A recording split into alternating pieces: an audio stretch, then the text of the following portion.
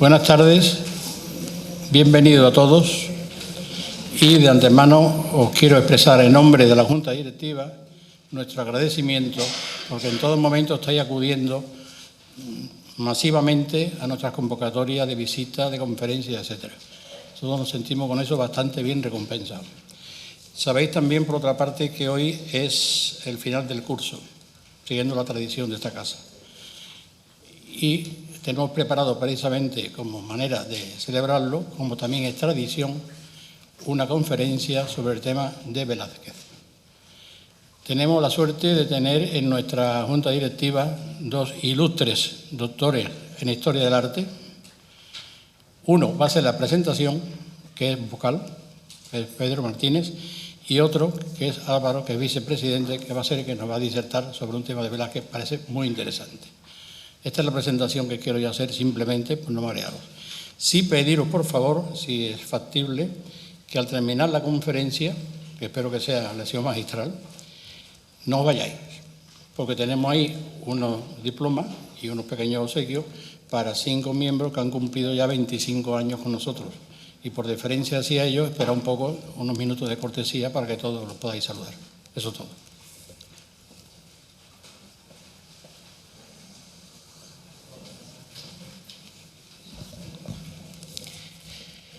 Señor presidente, miembros de la Junta Directiva de la Asociación de Amigos del Museo, distinguidos socios, señores y señoras.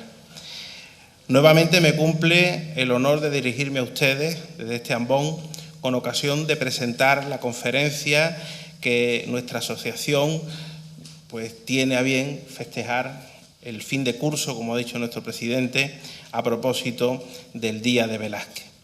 Para mí es una gran suerte y un privilegio presentar a un magnífico y prolífico historiador del arte y sobre todo a un buen amigo, el doctor don Álvaro Cabezas García, quien actualmente, como ha dicho nuestro presidente, ejerce la vicepresidencia de nuestra asociación.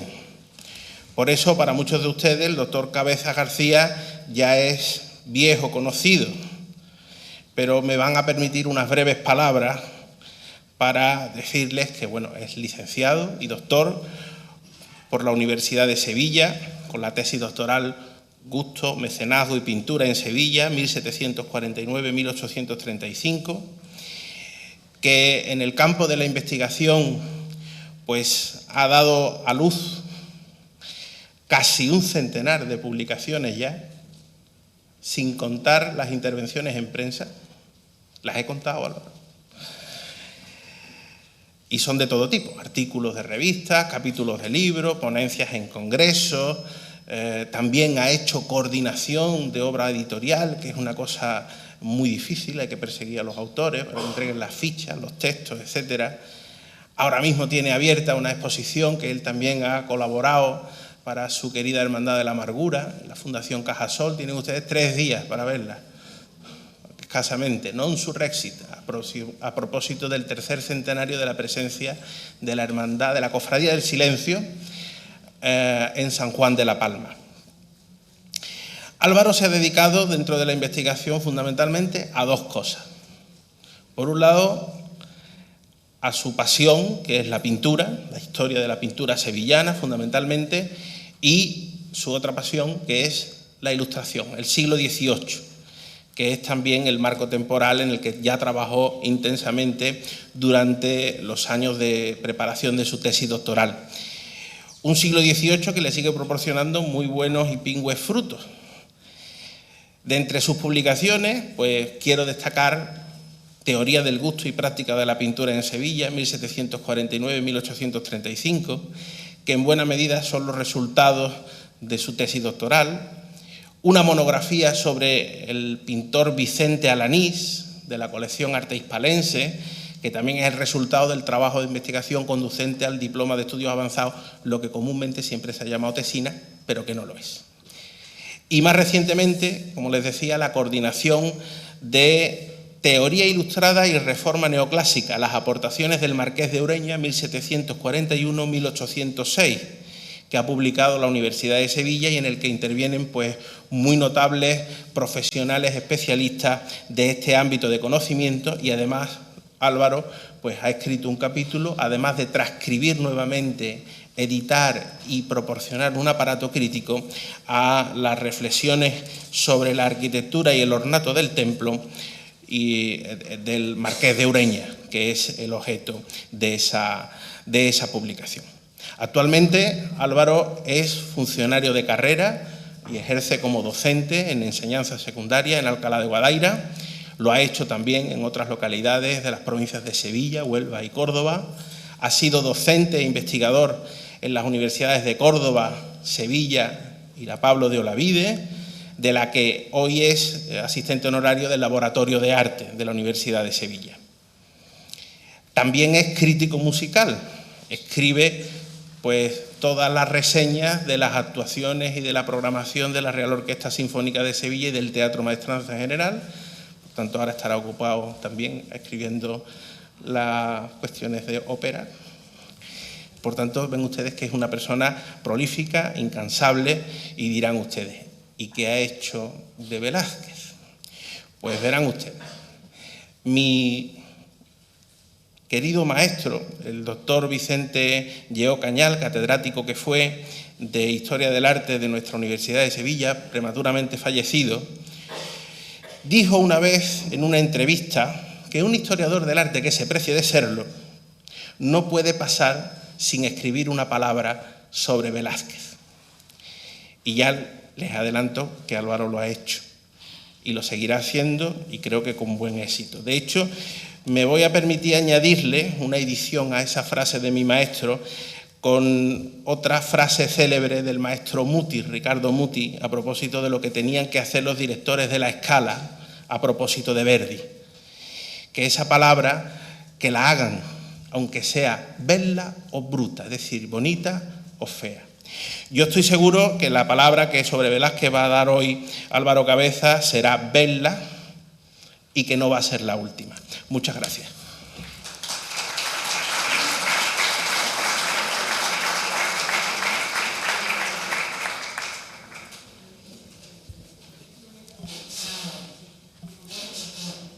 Señor presidente y miembros de la Junta Directiva de los Amigos del Museo, distinguidos socios, muchísimas gracias por su presencia esta tarde, en el que vamos a celebrar como Día de Velázquez o conferencia de fin de curso de este curso precisamente 2023-2024.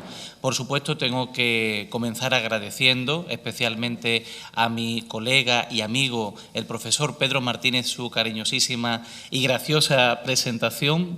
La verdad que lo último que ha dicho pues plantea un gran interrogante, porque yo no sé si voy a volver a Velázquez, porque es un tema muy difícil y muy cansado y bastante complejo, como aquí vamos a comprobar.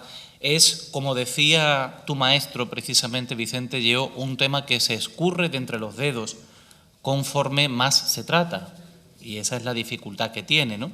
Pero evidentemente yo he asistido en años anteriores muchas veces a esta conferencia del Día de Velázquez y me estoy acordando la de veces que la dictó el profesor don Emilio Gómez Piñol.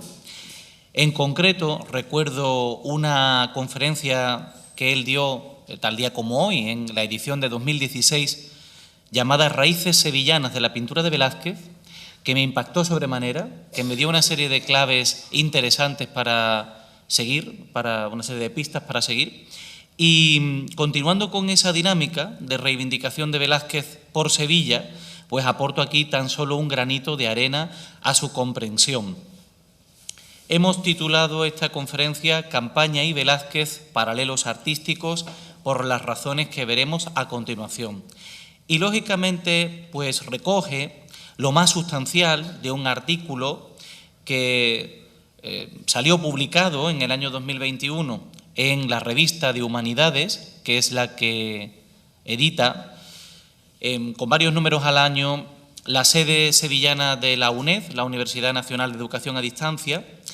Y el hacer este artículo, y eso lo sabe perfectamente el profesor Martínez Lara, pues me llevó casi 2 años de escritura y mucha reflexión con amigos y con profesionales en torno a este artista universal, que es el mejor pintor de toda la historia del arte.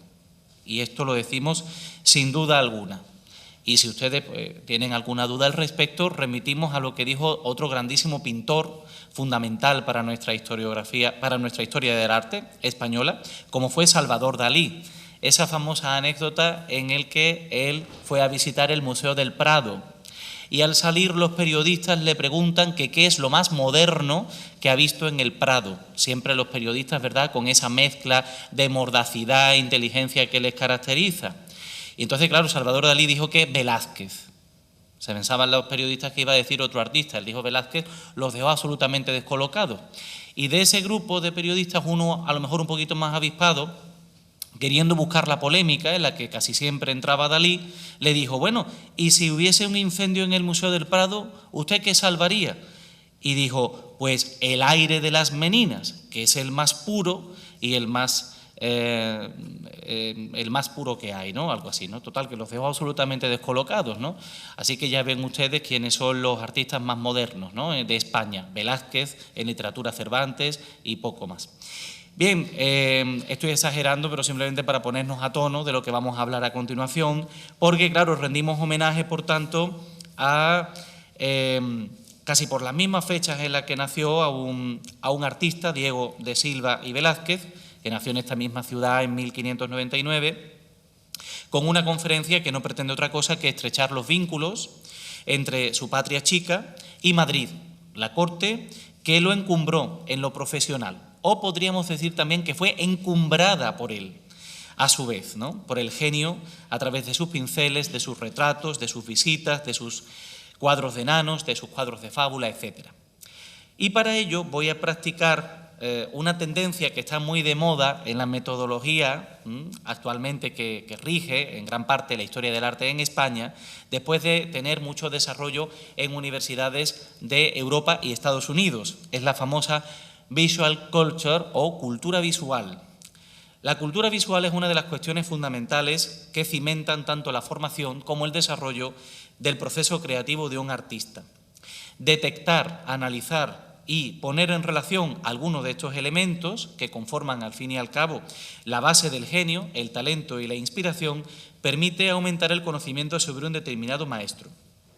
Y una de las primeras cosas que me gustaría abordar sería la de desdibujar esas claras cesuras que tantas veces los historiadores, para clasificar, para enseñar, establecemos dentro de la historia del arte, sobre todo en relación con un artista de amplia trayectoria y de enorme producción, para irla aprendiendo mucho mejor a través de estilos, etapas, localizaciones, clasificación, etc. En Velázquez desde antaño se han establecido dos claras etapas diferenciadoras de su producción. Por un lado, la primera, la de su aprendizaje, formación y primer desarrollo en Sevilla entre 1617 y 1622, cuando pintaba con una técnica claroscurista nada más salir del taller de su suegro Francisco Pacheco. Y la otra es la que desarrolla en la capital desde entonces como pintor de corte, instigada por los encargos oficiales y las grandes series de representación y función política, enriquecida además con sus dos estancias en Italia, la primera 1629-1631 y la segunda 1649-1651. Creo que hay, por tanto, en todo esto una evolución natural y no una frontera ineludible, porque, como gustaba recordar al profesor Emilio Gómez Piñol, a Velázquez se le llamaba en la corte el sevillano, no solo por su gentilicio original, sino porque llevó consigo y desarrolló allí, con posterioridad, en su dilatada etapa madrileña, latentes raíces hispalenses. Y entonces vamos a centrarnos en poner un apunte en todo esto con la relación que es clara, como vamos a comprobar a continuación, entre la pintura que vemos a la izquierda, San Pablo Ermitaño y San Antonio, de la parroquia sevillana de San Isidoro, un cuadro realizado en torno al año 1545 por Pedro de Campaña, un pintor nacido en Bruselas en torno al año 1503, fallecido en la misma ciudad en torno a 1580, y por otro lado la pintura que vemos a la derecha con un tema similar que ejecutó Velázquez, con un título algo distinto, Encuentro de San Antonio Abad con San Pablo I Ermitaño, y que se encuentra actualmente en Madrid, en el Museo Nacional del Prado, y que fue realizado en torno al año 1633-1634. En cuanto a las dimensiones, también son parecidas, aunque hay alguna diferencia. El cuadro de Pedro de Campaña mide de alto 221 centímetros, de ancho 231, el de Velázquez 261 por 192,5. Lo primero que tenemos que hablar es del carácter excepcional de la pintura de Velázquez. ¿Por qué? Porque Velázquez no pintó demasiados cuadros religiosos, por no decir que pintó muy pocos en su etapa madrileña. Por lo tanto, esto supone una rareza dentro de su producción. Lo segundo es la importancia del paisaje, que va a otorgar a esta pintura de Velázquez un significado y un carácter absolutamente excepcional.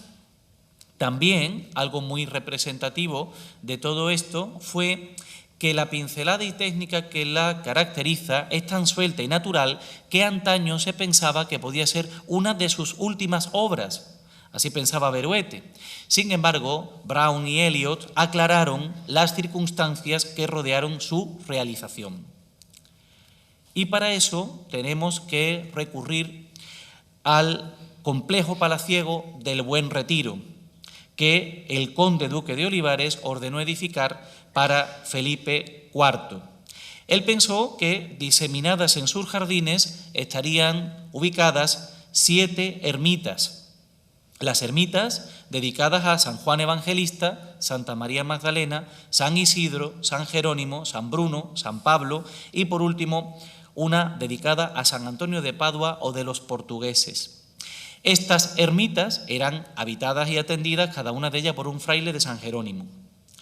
Y estas construcciones acabaron en torno al año 1636. Bien, pues cada una de ellas contaba con una reducida capilla, con altares, pinturas y esculturas. Y el cuadro de Velázquez fue pintado para la dedicada a San Pablo Ermitaño.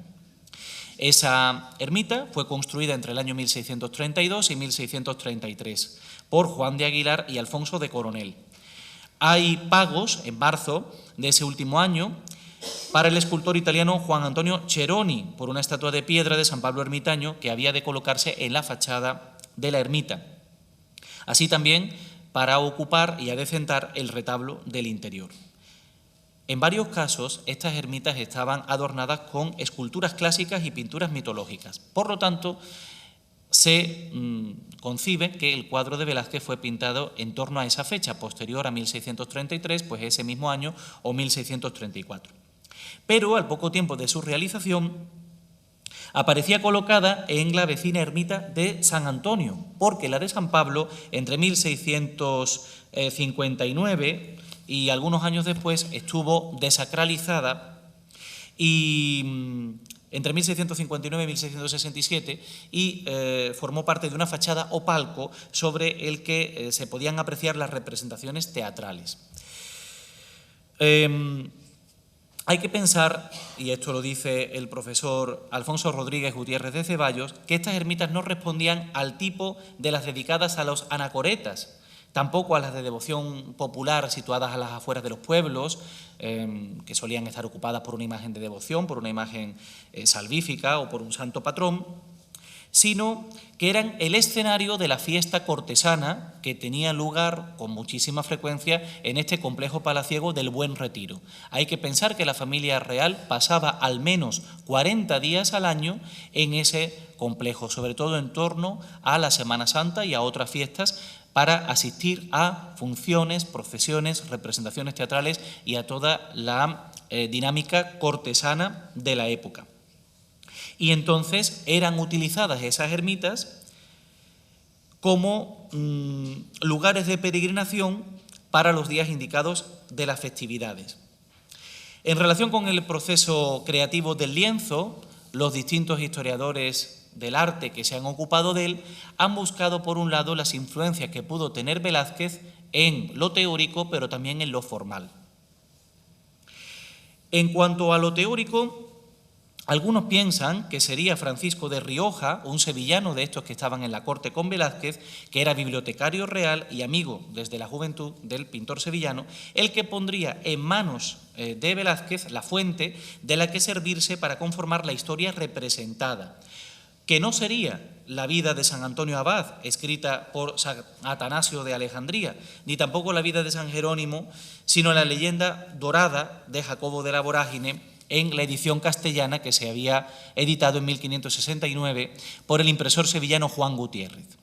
Sin embargo, algunos investigadores, y sobre todo siguiendo a don Diego Angulo, creen que antes que la referencia literaria, Velázquez tuvo que tener presente a la hora de ejecutar la obra su propia cultura visual, que estaría conformado evidentemente por el conocimiento de determinados artistas. Es decir, tanto de la xilografía de Alberto Durero, realizada en 1504 para los personajes, como la pintura de Joaquín Patinir para el paisaje de fondo. Y vamos a ver a continuación pues, algunas de estas influencias. Tenemos por un lado rastros de todo tipo que pudo tomar Velázquez para hacer sobre todo el fondo de paisaje. Se ha hablado tanto de los paisajes romanos de Lorena, de Huguet, de Poussin, que jalonan también las distintas ermitas del complejo palaciego del Buen Retiro, como por supuesto también de lo que él podía haber conocido de determinadas zonas de la cercanía de la corte, como las Batuecas, la Sierra de Guadarrama o el estudio de la pintura de los santos anacoretas, que se convirtió en todo un subgénero pictórico de la época, ¿no? Por supuesto, vamos a ver algunas de ellas. Ahí nos encontramos también con algunos de estos ejemplos. Y si bien es cierto que la comparación de los santos es bastante análoga entre Durero y Velázquez, aquí vemos a la izquierda la pintura del mismo tema de Durero, el asunto del paisaje es mucho más complejo, ya que no se trataba solo de la plasmación de un exterior que ofreciese un marco idóneo a la acción, sino de un escenario que debía articular toda la historia narrada en la leyenda dorada de este encuentro entre los ermitaños que vamos a ver a continuación. Entonces Angulo estableció que Velázquez había metamorfoseado los árboles que se ven en Patinir, voy a darle para atrás para que lo veamos aquí, en rocas, metamorfoseado en rocas, mientras que Brown aludía a la influencia que pudieron tener los frescos de la Villa Sacchetti en Castelfusano, realizado por Pietro da Cortona. Y ambas fuentes visuales fueron accesibles para Velázquez porque estaban en las colecciones reales. Y de la misma manera, Alfonso Rodríguez Gutiérrez de Ceballos cree que el paisaje del sevillano es más idílico que el que presenta Durero en su composición, tal y como podía ser el más adecuado de los jardines del Buen Retiro en los que se integraba la ermita que acogía esta pintura. También piensa que debe ser desechada la inspiración de la morfología rocosa de la llamada Ciudad Encantada de los alrededores de Cuenca que propusiera Campo en 1983. Lo que lleva a esta creencia es la circunstancia de la que la pintura sea posterior a la vuelta del primero de sus viajes a Italia, cuando conocería distintos ejemplos. Vamos a ver algunos a continuación. Porque en ese viaje Velázquez había aprendido las soluciones de los Carracci y de otros integrantes de la escuela boloñesa que aún tendría muy presente para el momento de la realización de esta obra. Gutiérrez de Ceballos también dice que podría inspirarse en el paisaje que aparece, voy un momento para atrás, en la Asunción de la Magdalena, que vemos a la izquierda, que realizara en 1618 Giovanni Lanfranco. Pero Julián Gallego pone en cuestión los intentos por fijar la procedencia de la inspiración paisajística, proponiendo él mismo las referencias de da Cortona y Gaspar Duguet, lo que pudo apreciar también Velázquez en el Casino Ludovisi de Giovanni Francesco Barbieri y el Guercino, ¿no?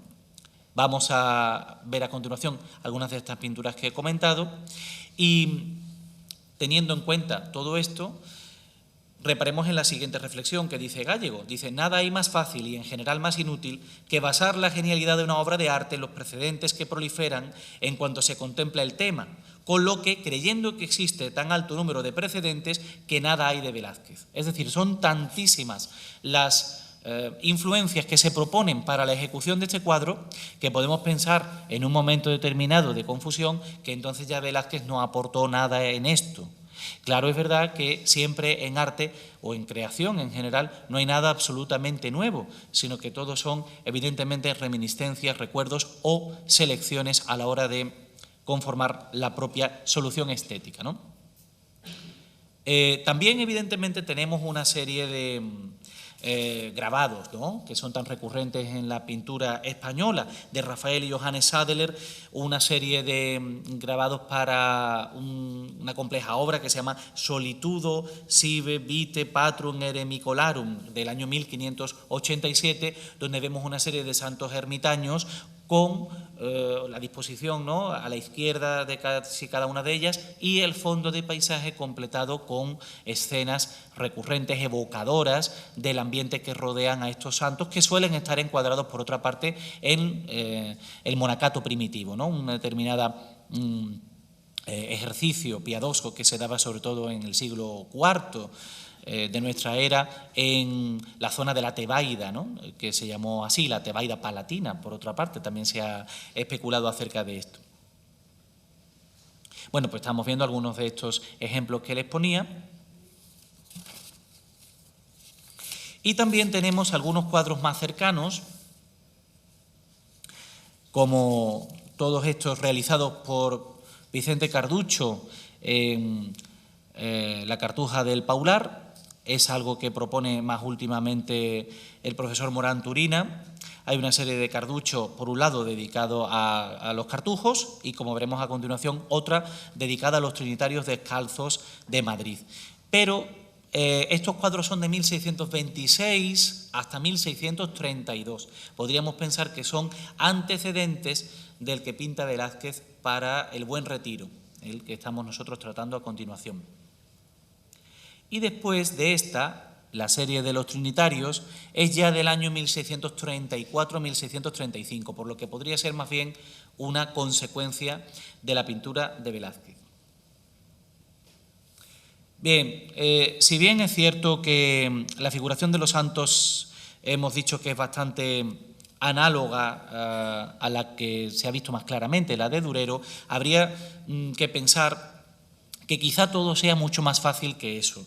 Particularmente pienso que todas estas relaciones, que he intentado resumirlas, que son muy extensas, son interesantes ejercicios de erudición que demuestran, por un lado, la perfecta adecuación de esta obra a su contexto artístico, pero que a la vez también demuestran una tendencia historiográfica muy recurrente que quiere establecer siempre unas líneas de conexión entre unos artistas y otros, cuando a lo mejor podríamos pensar que algunas veces estas pinturas las conocemos hoy y las ponemos en relación, pero que en ese momento no había una relación tan clara, sobre todo en un momento en que no existían los medios de reproducción tan inmediatos como los nuestros actualmente.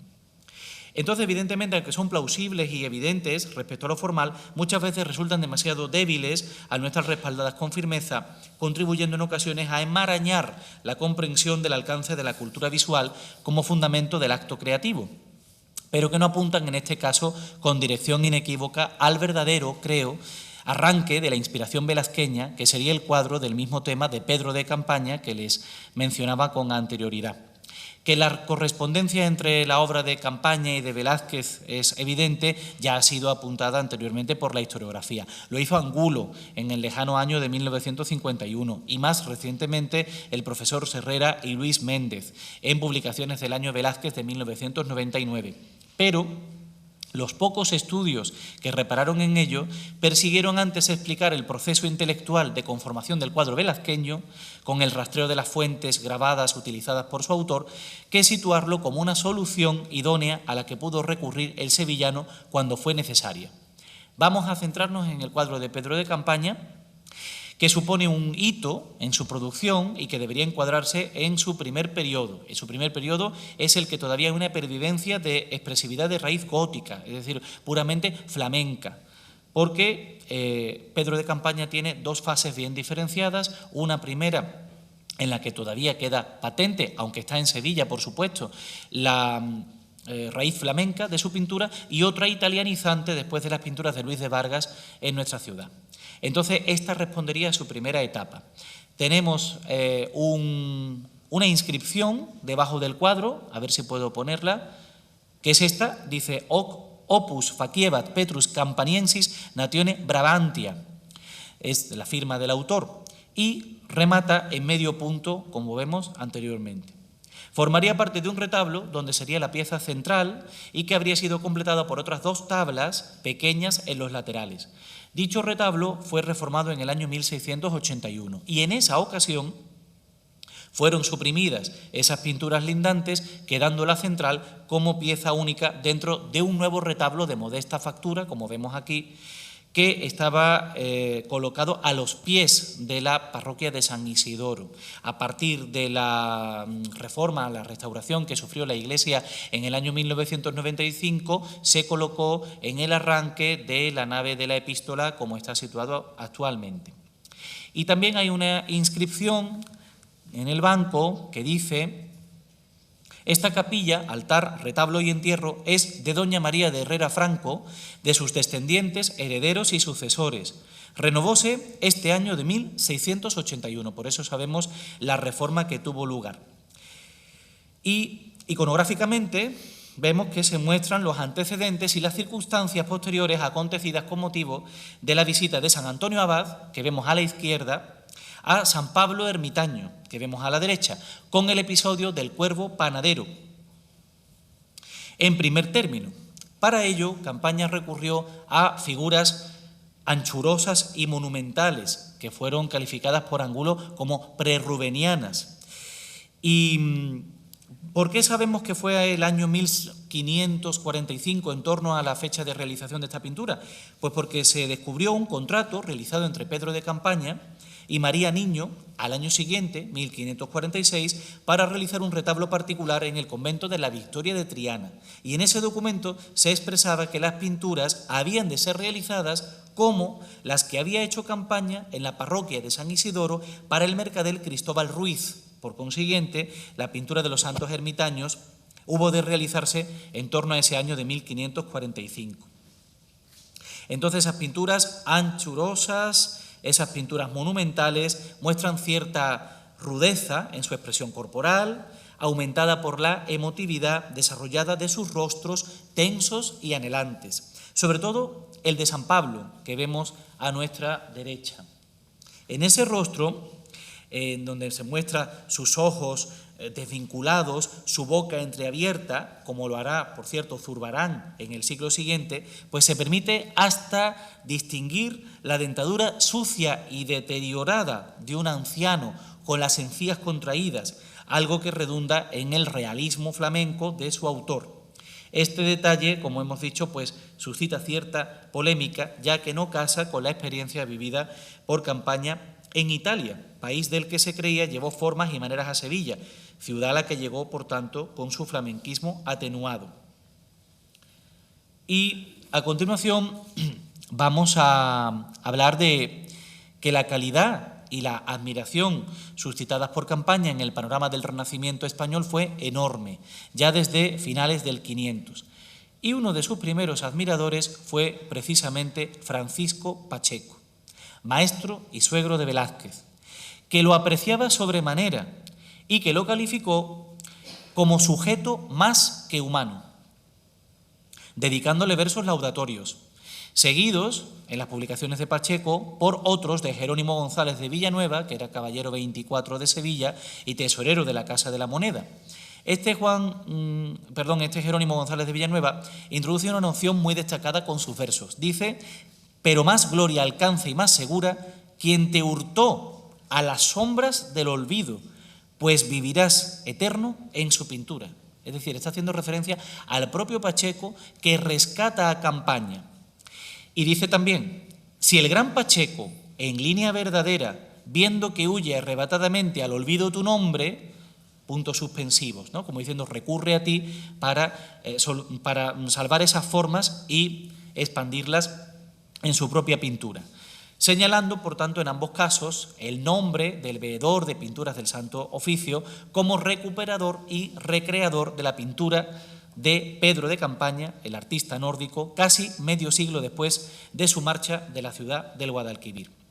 Esta posición prueba que Pacheco, que habría querido resucitar la pintura de campaña por significar para él un perfecto vehículo de influencia italiana, trasladó ese afán a su discípulo Velázquez, según apunta Marías recientemente, y algo que ratifica Serrera con las siguientes palabras: Campaña, muy celebrado por su suegro, fue uno de los pintores que más estudió Velázquez, como pone de relieve la relación que se puede establecer entre algunas obras de estos dos maestros.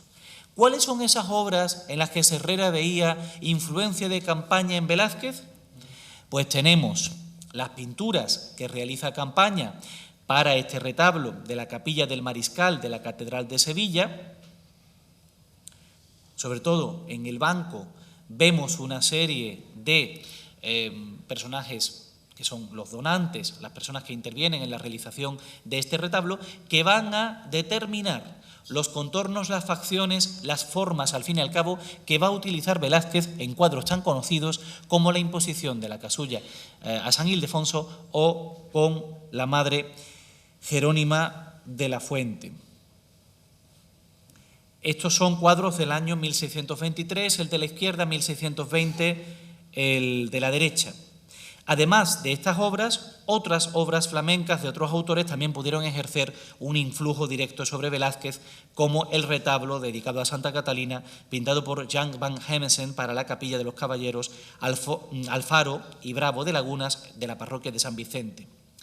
Como añadido a lo anterior, otra de las razones por las que Pacheco establecía la conexión entre Campaña, su propia pintura y, por ende, la de su discípulo Velázquez, es consecuencia de su convicción vasariana. La pintura para él es resultado ineludible de un sumatorio de experiencias protagonizadas por los pintores precedentes, reconocidos y consagrados por su contribución y prestigio. Por tanto, no se trata de una virtud de gusto de Pacheco, sino de una cuestión de convicciones artísticas, el hecho de apreciar, sea como sea, a los maestros que le han precedido en la práctica de la pintura. De este modo, asumir a Campaña es, al mismo tiempo, asumir la secuencia de calidad de la pintura sevillana, como dice el profesor Pedro Martínez Lara. Quizás se pensara que la deuda de Velázquez con Campaña se mantendría vigente durante la etapa sevillana solo, mientras que posteriormente habría tenido otras referencias: los pintores de corte, los pintores de la colección real, los pintores italianos y extranjeros que conoció en los viajes por Italia. Sin embargo, creo que en un momento en que era tan determinante la cultura visual, Velázquez, al igual que otros artistas, seguía atendiendo las necesidades de la corte, al menos unos 10 o 15 años después de abandonar Sevilla. Él se va en 1623, por lo tanto las fechas del 33, 34, 35 están en ese margen, con los referentes aprendidos en su juventud, no solo pertenecientes al campo de la pintura, sino a otros como el de la escultura, que tiene muchísima relación con la pintura y es un campo sobre el que se está trabajando bastante últimamente. Así, como creyó Gómez Piñol, parece probarlo el patrón que pudo guiar a Velázquez a la hora de realizar una obra cercana en el tiempo a la de los santos anacoretas, el Cristo crucificado o el Cristo de San Plácido, que se encuentra en el Museo Nacional del Prado, es del año en torno a 1632. Por lo tanto, estamos también en la misma cronología del cuadro de los ermitaños. Este Cristo crucificado tiene una reminiscencia clara y presente en el Cristo de San Agustín de Sevilla, una talla del siglo XIV, derivada del Cristo de Burgos, que fue destruida en 1936, pero que llegó a ser durante la Edad Moderna la gran devoción popular de la ciudad y que, con mucha probabilidad, sería una permanente presencia en la vida religiosa del Velázquez de la etapa hispalense. Al fin y al cabo, dice el profesor Vicente Lleó Cañal, cualquier aproximación al periodo sevillano de Velázquez debe realizarse por una vía indirecta, la del contraste con el medio artístico y cultural en el que se desenvolvió su juventud. Igual que Gómez Piñol, opina Felipe Pereda, que sospecha que el crucificado de Velázquez toma el modelo de un exvoto como los que proliferaban del Cristo de Burgos. Bien, pues con todos estos presupuestos, por tanto, no sería descabellado pensar que cuando le fue encargado el lienzo para la ermita del Buen Retiro, Velázquez volviera a recurrir a su imaginario sevillano para el término de una obra que contiene un paisaje calificado como uno de los mejores de toda la escuela española. Y precisamente en el análisis del paisaje es donde mejor se unen los lazos entre Campaña y Velázquez. La clave la da lo representado en miniatura. Si vemos este ámbito es el que voy a proyectar ampliado a continuación. En lo representado en miniatura y en distintos planos insertos en el mismo. Por un lado, vamos a contar la historia que estamos aquí viendo. San Antonio Abad, fundador de la tradición monacal cristiana, vagaba penitente como otros compañeros por los desiertos de Egipto y Tebaida, convertidos con su presencia y sacrificio en jardines apacibles y deleitosos. Este santo tenía bastante experiencia a la hora de ahuyentar las bestias salvajes que salían a su encuentro en el campo. Y estas no eran otra cosa que las formas convencionales que adoptaban las criaturas infernales que trabajaban para desviarlo de su camino. San Antonio tenía 90 años, aún viviría 105, cuando salió en busca de un siervo de Dios del que desconocía el nombre, pero que había sido el primer ermitaño de todos y por tanto él quería seguirlo. Estamos hablando evidentemente de San Pablo primer ermitaño. Entonces él salió de su convento, fue a buscarlo y el primer día de camino se encontró un monstruo, medio hombre, medio caballo, un hipocentauro, al que le preguntó dónde estaba aquel al que buscaba. Lo hemos representado justamente aquí. La bestia le señaló el camino, estamos viendo justo cómo extiende su brazo derecho señalando la vía por la que tiene que tirar, y San Antonio marchó por allí. Dentro de un profundo valle vio otro monstruo, el fauno, que le indicó por dónde seguir y así llegó al desierto.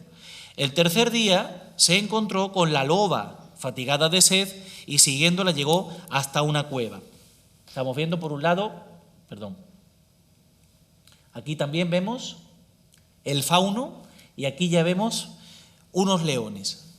No vemos aquí la representación del lobo, de la loba en este caso. El objetivo de su búsqueda no era otro que San Pablo, como hemos comentado, y allí se encontró con él. Es el momento en el que vemos aquí.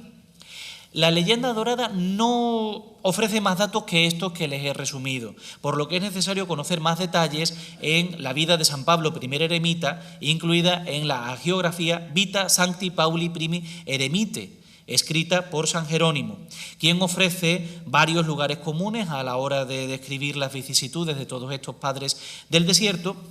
Y San Jerónimo dice, y aquí cuenta la historia de San Pablo, ya hemos dicho antes la de San Antonio, ahora la de San Pablo, que San Pablo se llegó a internar en el desierto huyendo de circunstancias familiares, hasta alcanzar una cueva que había estado dedicada tiempo atrás a la acuñación de moneda durante el romance y alianza entre Marco Antonio y Cleopatra, claro, porque estamos en Egipto. Y junto a la cueva existía una vieja palmera, que estamos viendo aquí el tronco, y esa palmera tenía las ramas entrecruzadas, que sería la que durante toda su vida le procuraría el vestido y el alimento. Entonces, 113 años más tarde fue cuando se produjo el encuentro con San Antonio Abad.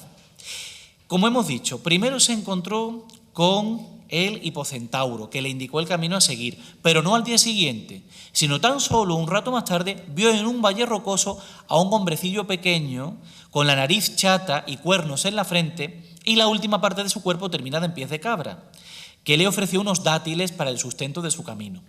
Cuando el santo le preguntó quién era el curioso personaje, el fauno, le dijo: «Yo soy un mortal, uno de los moradores del yermo que los paganos, engañados por sus muchos errores, honra con los nombres de sátiro, fauno y pesadilla». Después le pidió que rogara a Dios por él y su comunidad. San Antonio, esperanzado, siguió su camino y al amanecer de la tercera jornada vio de cerca entre las sombras una loba que corría jadeante de sed hacia las estribaciones de un monte. Y, clavando en ella sus ojos, vio allí cerca una cueva. Al irse la loba, San Antonio se acercó y comenzó a mirar hacia adentro, mas la oscuridad reinante no le permitió satisfacer su curiosidad, por lo que entró en la cueva sigilosamente. San Pablo notó su presencia, alguien entraba y se encerró en su celda como una traba para que no pudiera acceder a él. San Antonio se dio cuenta que era la persona a la que buscaba. San Pablo, primer ermitaño, se arrodilló delante de la estancia y le rogó durante horas que le admitiera, o por lo menos que le dejara verlo. Tras horas de súplica, San Pablo abrió la puerta y ambos se abrazaron llamándose por sus nombres, para a continuación dar gracias a Dios. Después salieron al exterior, que sería, volvemos atrás, que sería la escena que vemos aquí.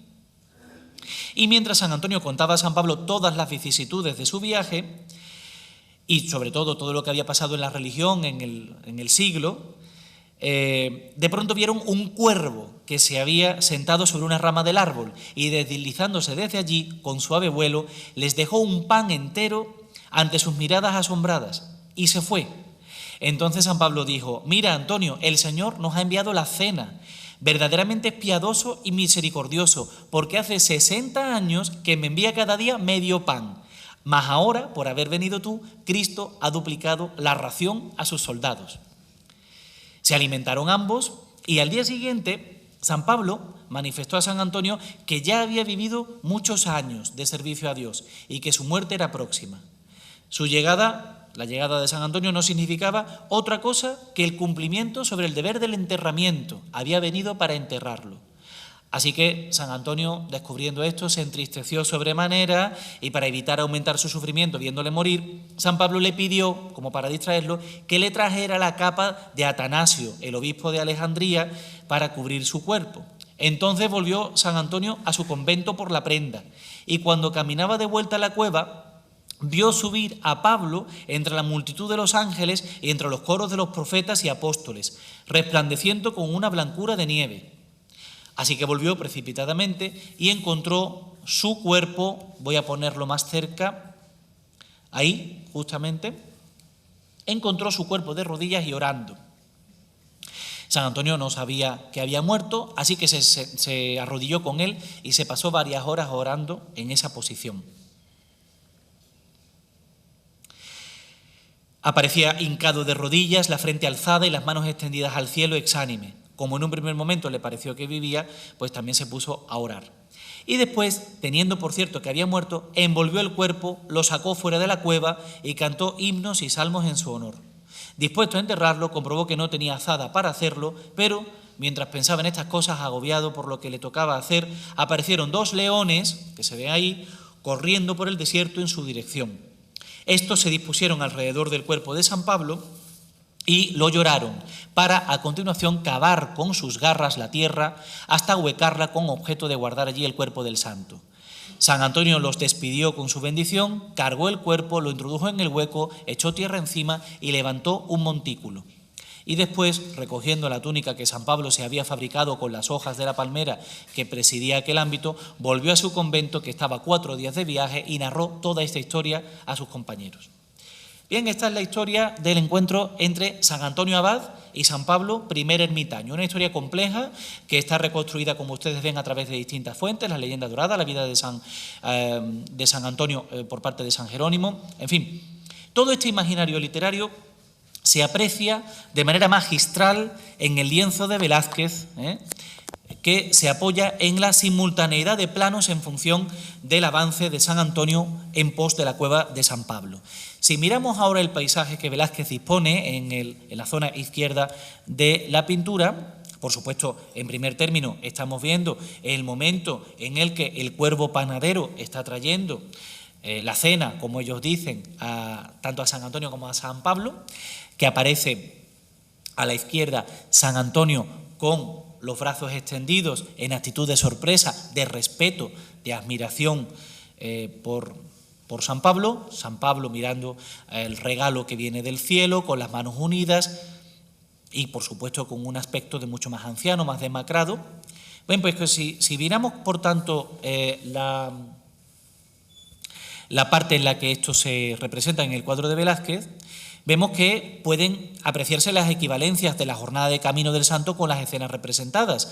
En el extremo de lontananza del paisaje se encuentra con el centauro junto al riachuelo, se ve regular, ¿no?, pero aparecen los dos aquí.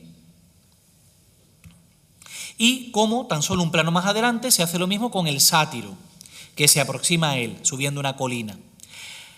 Rodríguez de Ceballos cree que Velázquez no pinta el tercer encuentro, el de la loba, pero Gállego dice que una mancha informe en el río pudiera ser el lobo, sí, es decir, la loba, ¿no? La tercera escena de la pintura se ubica en el fondo de la zona derecha y como muestra muestra como San Antonio de rodillas, volvemos atrás un momento, aquí se ve muy pequeñito, pero es el momento en el que se acerca a la cueva, ve la entrada trabada y entonces se lleva ahí varias horas rezando y pidiendo a San Pablo que le abra la puerta. Y la cuarta escena en la secuencia de los hechos es la principal, la situada en el centro. Los santos dan gracias a Dios cuando ven descender sobre ellos en picado el cuervo con una pieza entera de pan en su pico. La quinta y última escena, volvemos atrás, sería esta, es la escena en la que aparece San Antonio llorando el cadáver de San Pablo mientras dos leones excavan su tumba. En definitiva, es prácticamente lo mismo lo mostrado en la de Pedro de Campaña que en la de Velázquez. Esto parecería una traducción pictórica perfecta y complejamente hagiográfica por parte de Velázquez, si no fuese más bien una versión sublimada en lo estético, en lo espiritual, con ojos modernos, que dice Gállego, de la solución adoptada por Campaña en su tabla de la parroquia sevillana de San Isidoro. El por qué no se había establecido este hecho de manera inequívoca se debe a algo muy prosaico. El fondo del lienzo de Campaña estuvo recubierto por humo y polvo hasta una restauración practicada en el año 1998 por el Instituto Andaluz de Patrimonio Histórico. Con anterioridad a esa fecha era imposible que se apreciaran los detalles del paisaje. El primer análisis de la tabla restaurada de Campaña no tuvo lugar hasta la monografía de Enrique Valdivieso del año 2008, donde describe con todo lujo de detalles la misma y donde evidentemente analiza el fondo de paisaje de Campaña, dándose cuenta de que ese detalle había permanecido repintado durante siglos y que no se había podido observar hasta la restauración. Los textos que analizan la relación entre Campaña y Velázquez, publicado por Serrera y por el profesor Méndez con ocasión de las celebraciones que hemos mencionado del cuarto centenario velazqueño, se escribieron con la tabla aún sin restaurar, muda, por tanto, en cuanto a los detalles del paisaje. Por ello, aunque la reminiscencia era patente por parte de Diego Angulo, que dice en 1951, lo grabado que este fondo de Campaña quedó en la memoria del príncipe de nuestros pintores, las similitudes aún tenían que dilucidarse. Y otro detalle que parece corroborar la dependencia velazqueña de la tabla de Campaña es que la del sevillano fue ideada para rematarse en semicírculo, como se aprecia claramente, al igual que le ocurre a la del flamenco. O sea, esta pintura en origen remataba en semicírculo. Es posible que perdurase esta tradición porque ha habido otras pinturas del mismo tema también rematadas en semicírculo, como voy a ponerle un poquito más adelante. Aquí estamos viendo los detalles que antes comentaba y ahora les voy a poner también cómo en el trascoro de la Catedral de Burgos hay un cuadro del mismo tema que remata en semicírculo. Esto también es interesante en cuanto al formato empleado. Y fue completada, por tanto, con posterioridad hasta acabar rectangularmente. Es evidente que donde se hallan similitudes también se encuentran diferencias, por supuesto, y en ese terreno se pueden señalar el dispar tratamiento corporal que elige Velázquez para las figuras, por supuesto a la hora de representar el paisaje, la atmósfera, el aire, eso todo es puramente velazqueño, ¿no? Porque él le otorga una tibieza, una serena luminosidad, una eliminación de determinados detalles naturalistas que se ven en la pintura de Campaña, que en la de Velázquez no. Estoy pensando, por ejemplo, en esa paloma que aparece como llevándose el alma del santo, ¿no? Aunque claro, dice San Jerónimo que cuando el santo subió al cielo parecía volar como un pájaro. Quizá Pedro de Campaña está ejemplificándolo así con su pintura, pero nada de eso hace referencia a Velázquez en su pintura.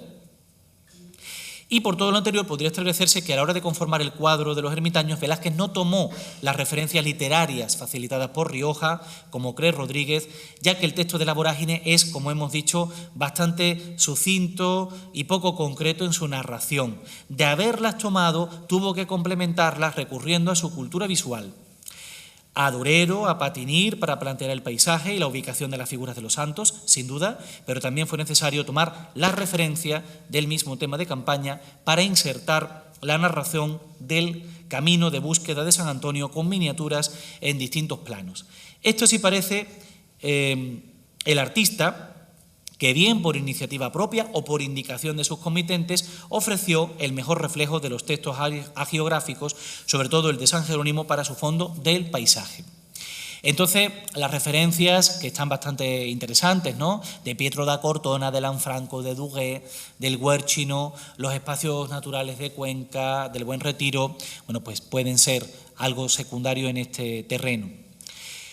Es más, quizá más importante, lo que él había apreciado durante su juventud y su periodo formativo en Sevilla, de la mano de su maestro Pacheco, fervoroso seguidor de la estética de campaña y que fue el que le facilitó la tarea de finalizar con éxito su pintura para el Buen Retiro.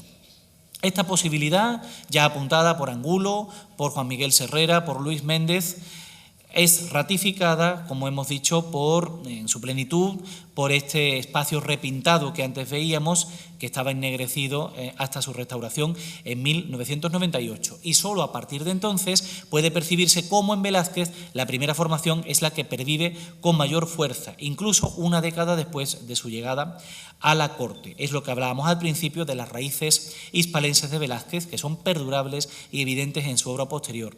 Y parece diáfano que Campaña fuera uno de sus mayores referentes estéticos, por encima de Pacheco y de otros artistas.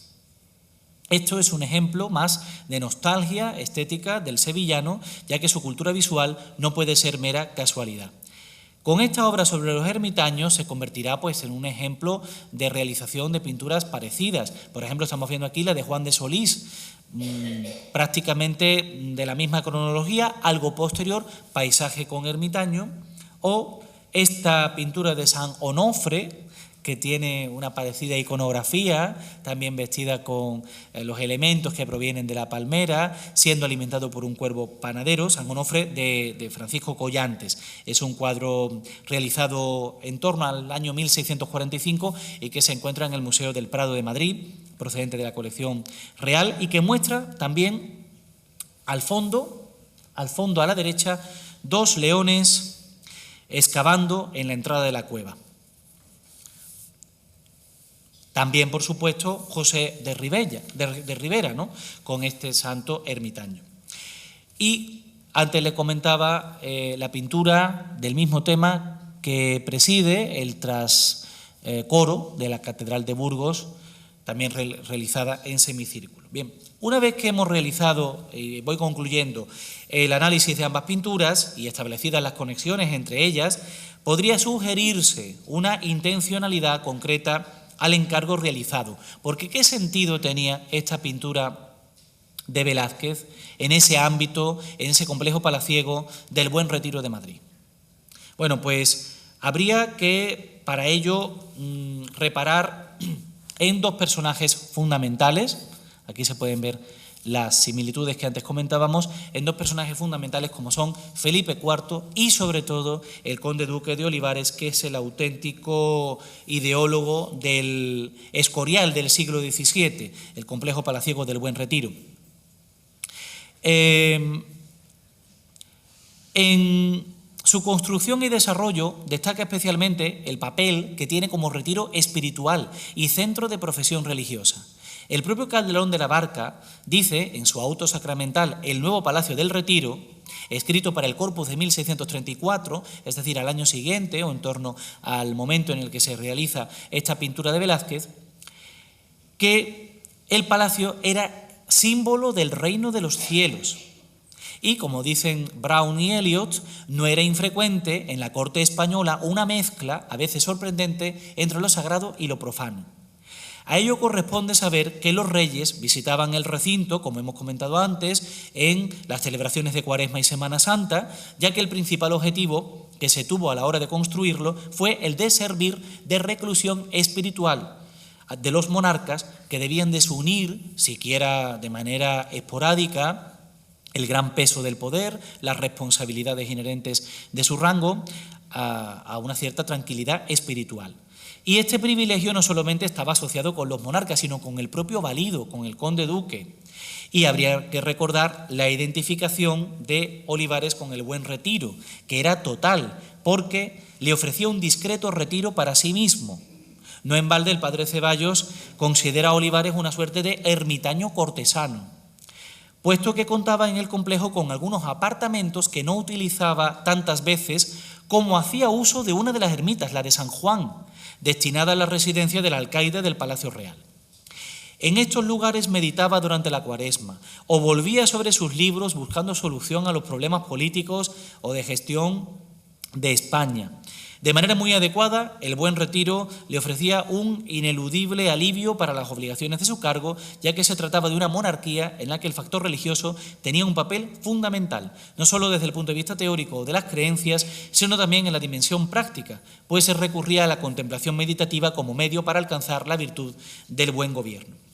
Habría sido muy interesante conocer el ulterior desarrollo que tuvo el Buen Retiro, pero a partir de la crisis de 1640 se secó rápidamente el transcurso de la actividad en el palacio y provocó una rápida decadencia que no acabaría de solventarse nunca. Estoy hablando de este gran problema de 1640, cuando a la misma vez, ¿no?, se sublevan Cataluña y Portugal y el conde duque de Olivares tiene que gestionar la situación y posteriormente cae en desgracia, o quizá como consecuencia de la misma. Entonces, una vez que cae él, ya no se sabe qué hacer con ese complejo palaciego que sufre usos diversos hasta verse absolutamente desmembrado y perdido como lo vemos hoy. En cualquier caso, algunos testimonios apuntan a que Olivares tenía interesantes planes para llevar a cabo, entre los que concierne a nuestro interés el proyecto de establecer una orden de caballeros mixta, seglar y religiosa, cuyo centro neurálgico debería encontrarse en el Buen Retiro, para cuyo sede quizás se utilizara alguna de las ermitas de los santos anacoretas.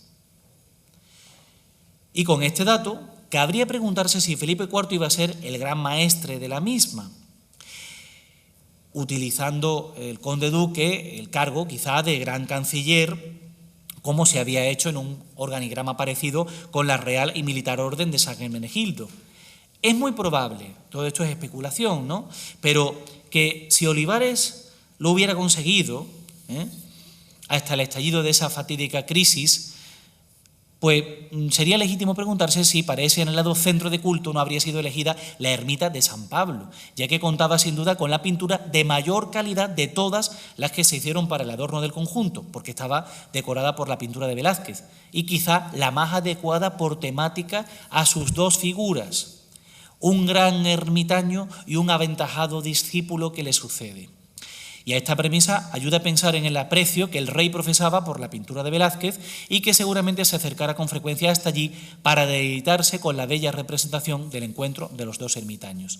Si esto fuera cierto, podría pensarse que el valido hubiera ideado algo idóneo y lleno de significancia para ese caso y que se descubriera así como auténtico autor ideológico del lienzo, porque era, al fin y al cabo, él que lo encargó en última instancia. Quizá el conde duque, en el desarrollo de su amplio programa iconográfico palaciero, eligiera para esta capilla, construida seguramente para albergar las pretensiones anteriormente señaladas, un tema como este, que reunía a dos santos en una prueba serena de sacrificio, entrega y fidelidad cristiana. Un asunto que conocería Olivares desde sus años en Sevilla, gracias a Pedro de Campaña, y que sería recuperado aquí para la corte. Exhortado por su protector, Velázquez ofreció la respuesta más pertinente y oportuna a la situación planteada, convencido seguramente de que la pintura sevillana del manierismo, la de Campaña, era la que mejor respondía a la necesidad de ejecutar un cuadro que no era un simple tema de devoción, sino que debía ser una fuente de reflexión erudita y meditación contemplativa. Tras las formas sencillas, claras y directas que se encierran en el cuadro, se encierra también un potente contenido que contribuye a recuperar los espacios dedicados al eremitismo en la España de la Edad Moderna, con intención de alcanzar un ideal de vida católica, del que participaba de manera inequívoca tanto su majestad como su valido. Ellos tomaban, a su vez, los ejemplos respectivos de los primeros ermitaños, San Pablo y San Antonio Abad, representantes máximos del monacato primitivo. para actualizarlos en el Buen Retiro, cuyos jardines habían trocado los de tipo manierista, llenos de esculturas clásicas, en uno de tipo cristiano, donde los gobernantes pudieran serlo llevando una vida contemplativa. Es la idea del príncipe hispano, católico y austero, que recurre al desierto como medio de purificación y alcance de la virtud para conseguir el buen gobierno, buscando el ejemplo en la intervención de la divina providencia propiciada por el alejamiento voluntario del siglo donde habita el hombre y su perdición. Ese sería el motivo para el protagonismo del paisaje tan destacado dentro del cuadro. El hecho de que el asunto de la pintura figuraría en medio de un bosque o parque, dejando de manifiesto así la intención de Velázquez de no separar al rey, paseante y penitente, de la contemplación de la naturaleza al entrar en la ermita para rezar y ver el cuadro al suponer un bosque dentro del bosque. Por ello, mientras que en el cuadro de campaña se daba más protagonismo a las figuras, en el de Velázquez se refuerzan los elementos circunstanciales, paisajísticos, formando un revestimiento más expresivo y significante. En cuanto a esto último, la reunión, después de muchos años de búsqueda, como cuentan las fuentes de San Pablo y San Antonio, aglutina una serie de valores morales, quizá un programa doctrinal cortesano, no escogidos al azar, sino seleccionados por su función sostenedora para la monarquía hispánica de Felipe IV y Olivares, sucesión de la corona, alimento provisto desde lo alto, intervención providencial y, en última instancia, un ejemplo y camino de conducta. En cuanto a Velázquez, y acabo, y su obra magistral, solo restaría decir que con este encargo, uno de los pocos, como hemos dicho ya, de tipo religioso que acometió durante su periodo en la corte, se ilustra uno de los más acerados aciertos de la cultura visual como elemento fundamental y básico en la formación del genio creador de un artista. Algo que no solamente contribuye a conformar un repertorio de referencias compositivas, sino que manifiesta en la elección de unas formas y otras la voluntad de afiliarse a determinadas maneras de entender y hacer la pintura, heredadas, en su caso, por su maestro Pacheco, que le enseñó a emular a Campaña como una forma válida de pintar. Esto no le quita ningún mérito al sevillano, ni por haber recibido el tema y la referencia de Olivares, ni por haber actualizado el mensaje de Campaña o por haberse basado en anteriores modelos, ya que nada es absolutamente nuevo cuando hay creación, y más en el barroco, cuando los condicionantes son muy importantes para cumplir esas necesidades. En cualquier caso, con esta pintura de Velázquez, pues el propio pintor le otorga un nuevo estatus a Campaña, uno que aún no tenía en Sevilla ni en los territorios flamencos, y lo hizo en el centro mismo del poder, de la cultura y de la religión en España, el Palacio del Buen Retiro, un complicado puzzle cuyo estudio aún sigue ofreciendo interesantes nociones a las que consideraciones como las que hemos hecho en la conferencia de hoy pueden contribuir a terminar de conformar la idea de la monarquía hispánica en ese ámbito. Muchísimas gracias por su atención.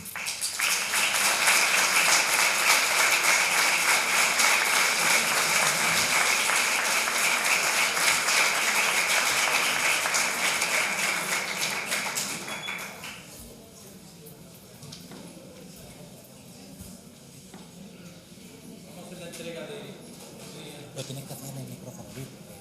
Si quieres yo me acerco con eso y lo haces en el micrófono.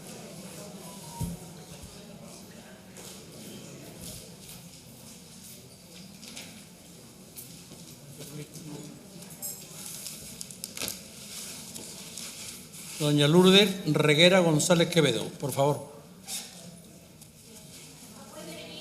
No puede venir. Bien. Doña Patricia Moreno Rosenfiel.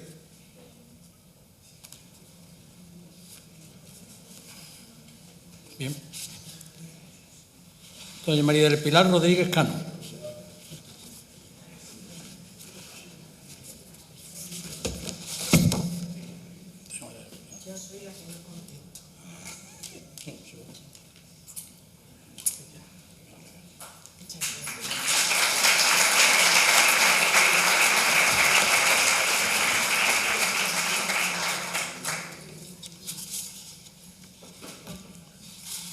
Madame Michelle Vargas.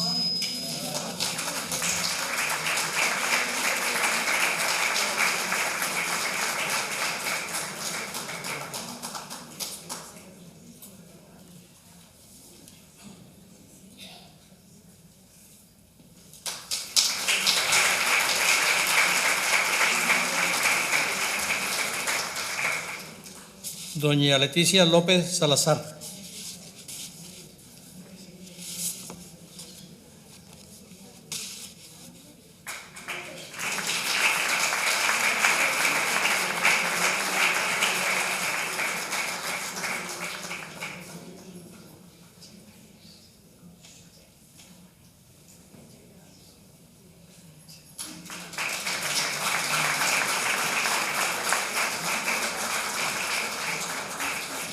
Bueno, le haremos entrega personalmente en otra ocasión a doña Patricia y a doña Lourdes, que no han podido venir. Y terminamos de esta manera y os deseamos a todos para vernos en el otoño con salud y un buen veraneo, sobre todo.